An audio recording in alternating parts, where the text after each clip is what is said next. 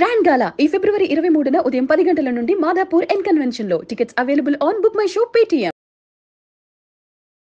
నమస్కారం గురువుగారు. మహాదేవ శ్రీమాత్రే నమః. గురువుగారు, మనం ఏదైనా పని మీద బయటికి వెళ్ళేటప్పుడు మామూలుగా పిల్ల ఎదురొస్తేనే అశుభం అని అనుకుంటూ ఉంటాం.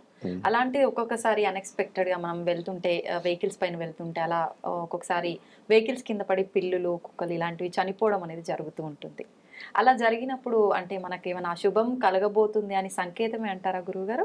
అశుభము అనేటువంటిది కాదు, కానీ అశుభము వాస్తవానికి కూడా పిల్లికి సంబంధించింది కానీ బల్లికి సంబంధించింది కానీ అదేవిధంగా మళ్ళీ శాస్త్రమే ఉన్నది, మనకు పుస్తకమే ఉన్నది.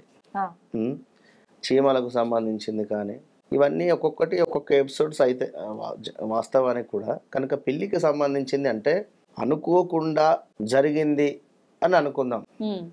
అనుకోకుండా జరిగింది అనుకుంటే కొంతమంది పెద్దవారు తెలియక తప్పు చేసావురా నాయన, తెలియకుండా చేసినటువంటి తప్పుకు భగవంతుడు శిక్షించడు అవును అని చెప్పి అంటుంటారు. ఓకే, మనం ఏదో ఒక ఫోన్ మాట్లాడుకుంటున్నాం, ఏదో సందర్భంలో ఒక చెయ్యి ఈ విధంగా పెట్టేసి ఒక ఫోన్ మాట్లాడుకుంటాం అనుకుందాం. ఎవరో తెలిసి తెలియకుండా మన చెయ్యి తొక్కి వెళ్ళిపోతున్నారు. మన చెయ్యిని, అర్థమైంది కదా, మన చేతి పైన ఎవరో కాలు వేశారు, వెళ్ళిపోయారు. మనకు ఒక గాయం ఏర్పడింది. అయ్యో గురువు గారు చూడలేదు, చాలా తప్పు అయిపోయింది అని చెప్పి అన్నారు. గాయం ఎటు పోవాలి? గాయం అవుతుంది కదా, నొప్పి అయితే కలిగింది కదా, తెలియకుండా చేశాను అనేటువంటిది తప్పు. కనుక కొన్ని ఏదైనా కూడా కర్మ అనుభవించాల్సిందే. ఇప్పుడు ఇది జరిగింది అనుకుందాం, ఇది పిల్లి విషయంలో అయింది అనుకుందాం, లేదా ఏదో ఒక పేరు మూగజీవి విషయంలో అయింది అనుకుందాం. 84 లక్షల జీవరాశులకు సంబంధించి ఇంకెక్కువనే ఉండవచ్చును.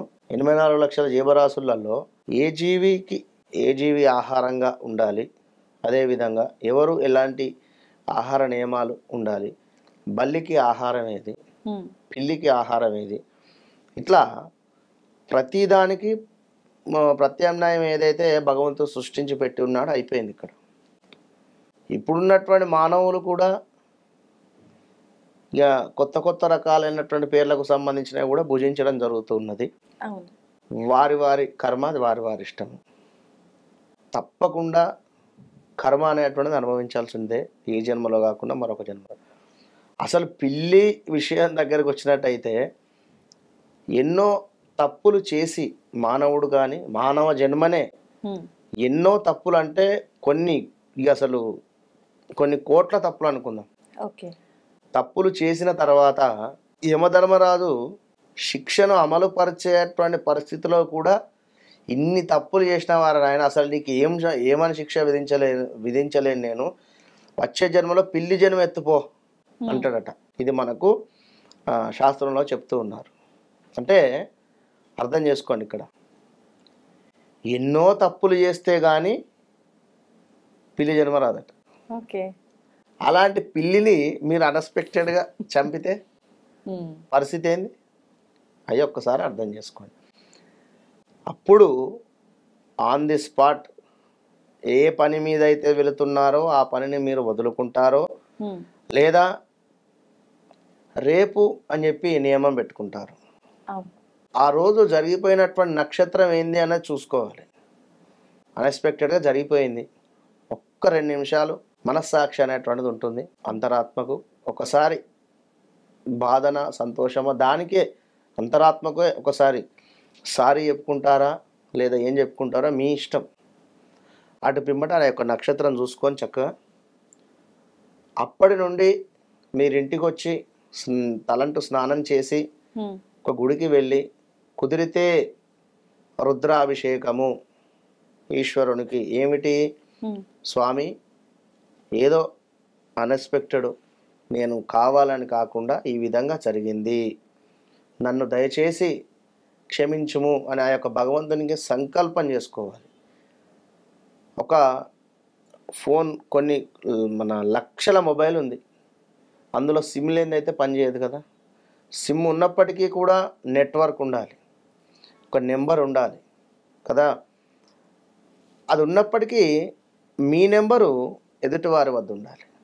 అప్పుడు అందులో నుండి ఇందులోకి మెసేజ్ వెళ్ళడం కానీ ఫోన్ వెళ్ళడం కానీ జరుగుతుంది. ఇది ఎంత కరెక్టో, సంకల్పం అనేటువంటిది ఒక సిమ్ లాంటిది, ఒక నెట్వర్క్ లాంటిది. సంకల్పయుక్తంగా మనం చేసుకున్నట్టయితే ఫలితం ఉంటుంది. సంకల్పయుక్తంగా చేయకుండా ఏదో వెళ్ళామా, పంచామృతాలు పోసామా, నీరు పోసామా, వచ్చేసామా, ఓకే, భగవంతుడు చూస్తున్నాడు, చూడడం లేదు. కొంతమంది చాలా సిల్లీ క్వశ్చన్స్ వేస్తారు. సంకల్పం ఏమున్నది, నీ పేరే ఏమున్నది, భగవంతుడు చూస్తాడు, చూడడం కాదు. సంకల్పం అనేది చాలా ఇంపార్టెంట్, అది గుర్తుంచుకోవాలి. సంకల్పం పెట్టుకొని ఈ విధంగా అయ్యింది కనుక నేను ఈ విధమైనటువంటి పరిస్థితి అభిషేకం చేసుకుంటున్నాను తండ్రి అంటే, నువ్వు అభిషేకం చేయండి తను నిన్ను క్షమించడు అని కాదు అక్కడ అర్థం. నీ అంతరాత్మ, నీ మనస్తృప్తి అంతే. శాస్త్రం చెబుతుంది ఇది. ఆ రోజు ఉదయం నుండి రాత్రి దాకా కూడా ఉపవాసం ఉండి, ఈ విధంగా జరిగిన తర్వాత ఉపవాసం ఉండి రుద్రాభిషేకం చేసుకున్న తర్వాత మీరు టిఫిన్ కానీ లేదా భోజనం కానీ చంద్రోదయం అయిన తర్వాత 7:30-8 ప్రాంతంలో భోజించడం, ఇది ధర్మం. ఇంతే. ఇక ఇవాళ రేపు ఆ ఫంక్షన్ అని చెప్పేసి, ఈ ఫంక్షన్ అని చెప్పేసి, ఇదని అదని చెప్పేసి ఎన్నో, అది నా నోటితో నేను చెప్పలేను కానీ ఎన్నో రకాలైనటువంటి చిత్రహింసలు చేయడం జరుగుతున్నది, భుజించడం జరుగుతున్నది కమ్మగా కూర్చొని. కానీ ఖచ్చితంగా ఎవరెవరికి సంబంధించి వారు ఖచ్చితంగా కర్మ అనేది అనుభవించాల్సి వస్తుంది. ఒక మొన్న ఎక్కడో చూసామ్మా, మన ఇదేమిటి ఇన్స్టాగ్రామ్లో ఒక కోడి తన చిన్న చిన్న పిల్లలను, వర్షం పడుతూ ఉంది, వర్షమా ఏదో ఎదురు గాలి ఏదో వీస్తూ ఉన్నటువంటి సందర్భంలో అదొక వీడియో ఉంది. ఇంకొకటి మన గ్రద్ద కావచ్చును, అదొకటి. అది వచ్చి పిల్లల్ని ఎత్తుకెళ్ళేటువంటి సందర్భంలో దాని యొక్క రెక్కలను రెండు కూడా ఈ విధంగా అనుకొని అందులో ఆ యొక్క పిల్లలను దాచుకుంటుంది. ఇంత ప్రేమ అర్థం చేసుకోండి. అంతటి ప్రేమ మన లోపల కూడా ఉండాలి. చక్కగా కూడా మంచిగా ప్యూర్ హార్ట్తో ఉంటే మంచి రిజల్ట్ ఉంటుంది. కనుక ప్రతిదీ కూడా ప్రాణే. మనకు ఇలా కట్ కాగానే అయ్యో అమ్మ అనుకుంటాం, దాన్ని కూడా ప్రాణమే కదా. దానిని మనం అర్థం చేసుకోగలగాలి అంతే. అన్నారా? ఈ విధమైనటువంటి పరిహారం చేసుకుంటే పిల్లి కానీ ఇంకేది ఉన్నా కూడా మంచి ఫలితం. అయితే మొత్తానికి తప్పు అనేది తెలియక చేసినా, తెలిసి చేసినా దాని ఫలితం అనేది ఖచ్చితంగా మనకు ప్రభావం పడుతుంది మన పైన. చాలా మంచి రెమెడీ తెలియజేస్తారు గురుగారు. మహాదేవ శ్రీమాత్రే నమః.